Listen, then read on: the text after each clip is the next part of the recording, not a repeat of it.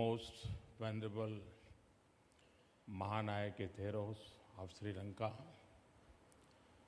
most venerable Sangharaja Theros of Sri Lanka, distinguished religious and spiritual leaders, Honorable President of Sri Lanka, Excellency Maithripal Sirisena ji, Honorable Prime Minister of Sri Lanka, Excellency Ranil Wickremesinghe, Honorable Speaker of Parliament, Excellency Karu Jayasuriya ji, Most Venerable Dr. Fra Brahma Pandit ji, President of the International Council of the Day of Vesak, esteemed delegates, friends from the media, excellencies, ladies and gentlemen, Namaskar, Ayu Bhuvan.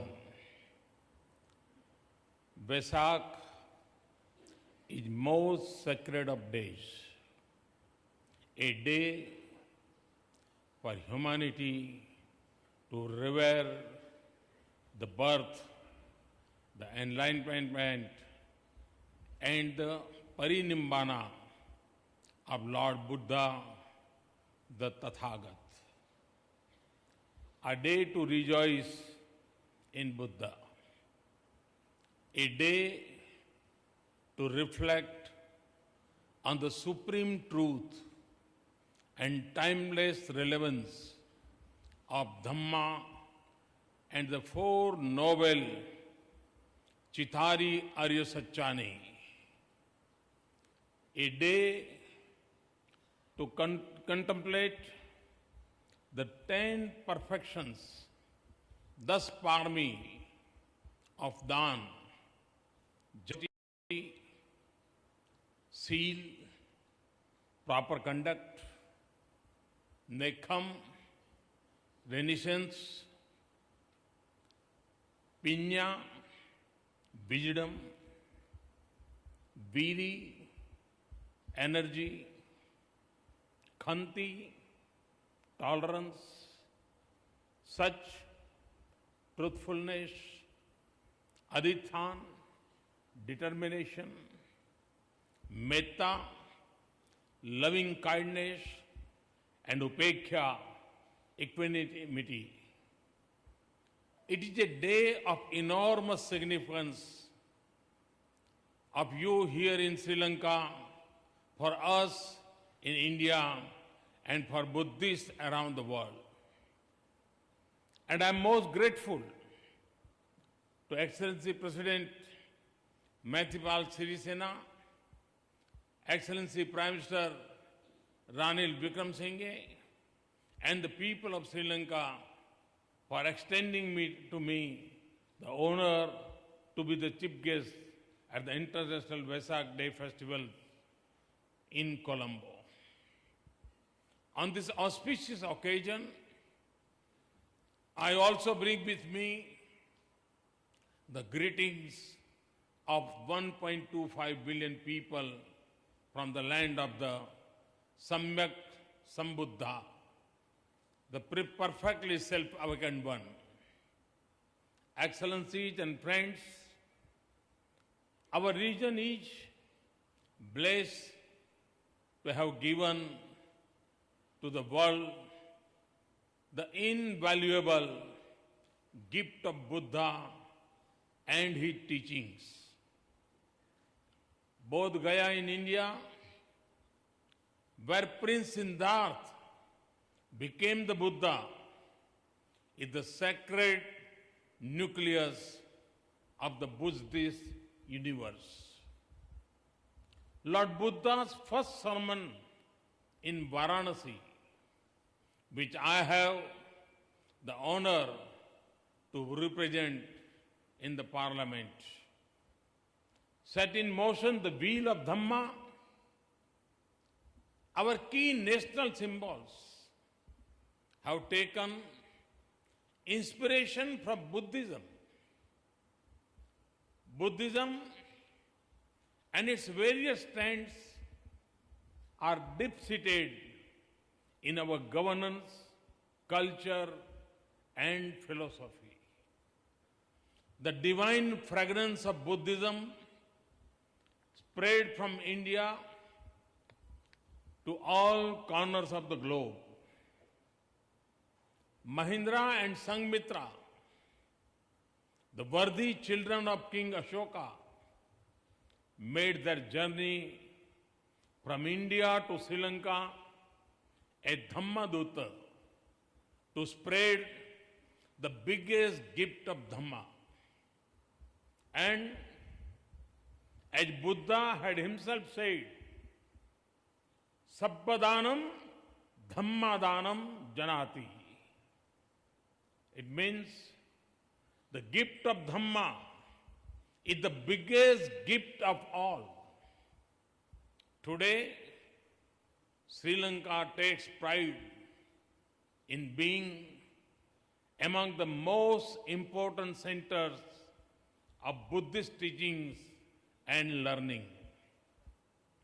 Centuries later, Anagarika Dharmapala undertook a similar journey, but this time from Sri Lanka to India to revive the spirit of Buddha in the land of its own origin.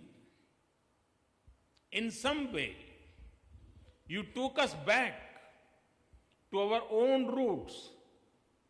The world also owes a debt of gratitude to Sri Lanka for preserving some of the most important elements of the Buddhist heritage. Vaishak is an occasion for us to celebrate this unbroken shared heritage of Buddhism, a heritage that connects our societies across generations and through centuries. Friends, the friendship between India and Sri Lanka was etched in time by the great master. Buddhism imparts an ever-present radiance to our relationship. As close neighbors, our relationship spreads across many layers. It draws strength as much through our interconnected values of Buddhism as it does from the limitless possibilities of our shared future. Ours is a friendship that lies in the hearts of our people and in the fabric of our societies.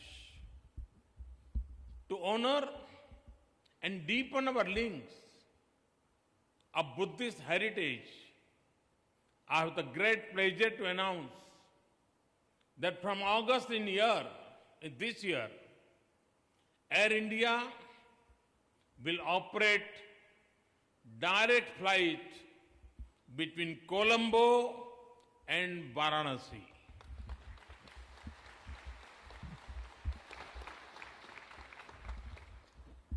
This will ease travel to the land of Buddha for my brothers and sisters from Sri Lanka and help you directly visit Srivasti, Kushinagar, Sankasa, Koshambi, and Sarnath.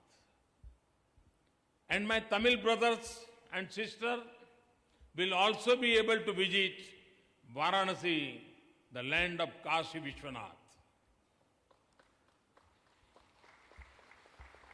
Venerable monks, excellencies, and friends, I believe we are a moment of a great opportunity in our ties with Sri Lanka. an opportunity to achieve a quantum jump in our partnership across different fields. And for us, the most relevant benchmark for the success of our friendship is your progress and your success.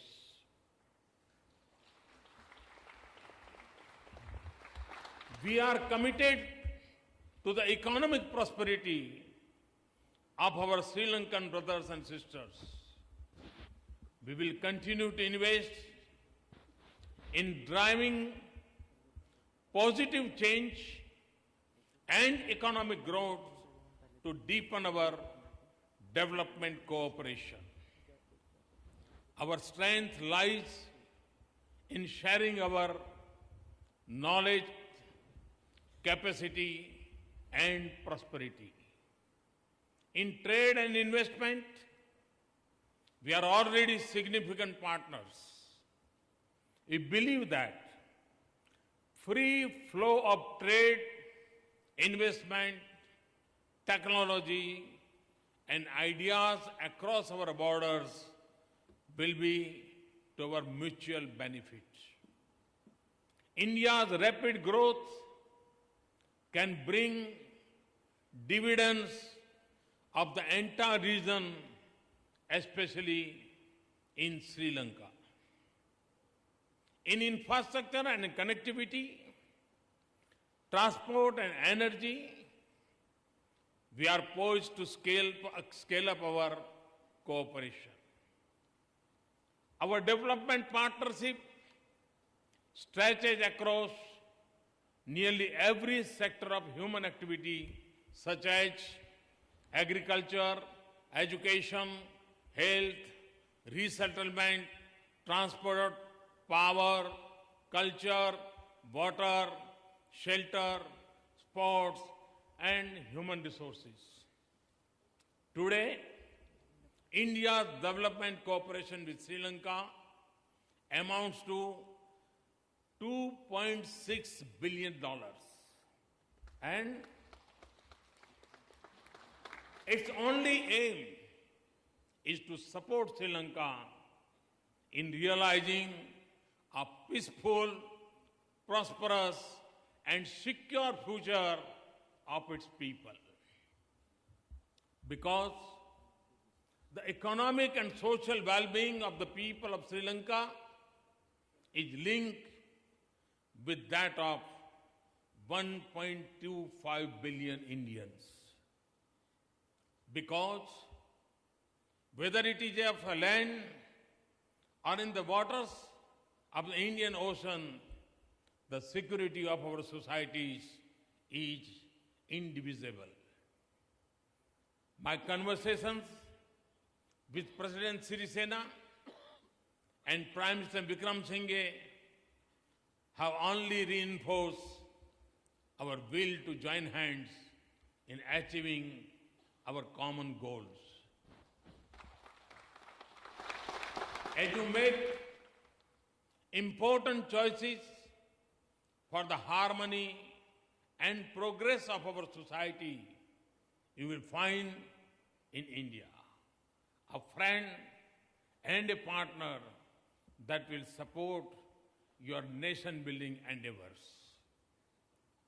Venerable monks, excellencies, and friends, Lord Buddha's message is as relevant in the 21st century as it was 2.5 millennia ago. The Madhyam Pratipada, the middle path shown by Buddha, speaks to all of us. Its universality and evergreen nature are striking. It has been a unifying force among nations. The countries of South, Central, Southeast, and East Asia are proud of their Buddhist links traced to the land of Buddha. The themes of social justice and sustainable world peace chosen for this Vesak Day resonate deeply with Buddha's teachings. The themes may appear independent, but they are both deeply interdependent and interconnected. The issue of social justice is linked to conflict within and among countries. They arise principally because of tanha or trishna in Sanskrit, the thirst, which in turn stems from greed, lobha. Greed had driven the mankind to dominate and degrade our natural habitat. Our desire to achieve all our wants has created income inequalities in communities and disturbed social harmony. Similarly, the biggest challenge to sustainable world peace today may not be from conflict between the nation states. It is from the mindset, thought streams, and entities and instruments rooted in the idea of hate and violence. The menace of terrorism in our region is a clear manifestation of this destructive emotion.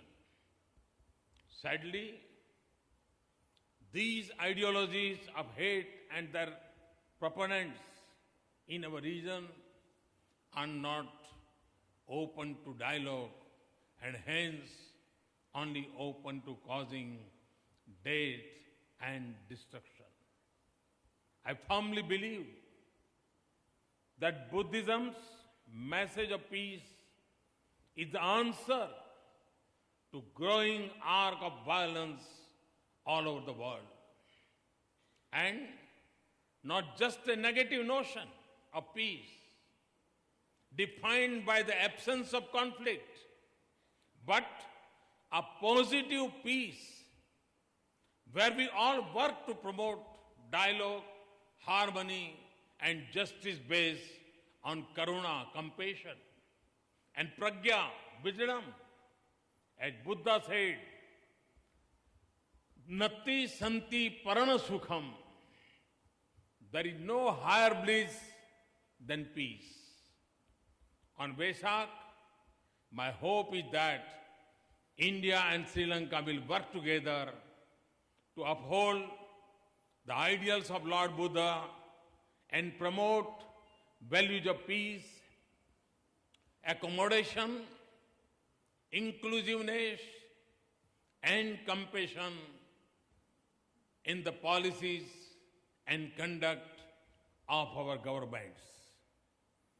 This is the true path to free individuals, families, societies, nations, and the world at large from the three poisons, hatred and ignorance. Venerable monks, excellencies, and friends, on this day of Vesak, let us light the lamps of knowledge to move out of darkness. Let us look more within and let us uphold nothing else but the truth. And dedicate our efforts to follow the path of Buddha, whose light shines all over the world. At the verse 387 of Dhammapada says,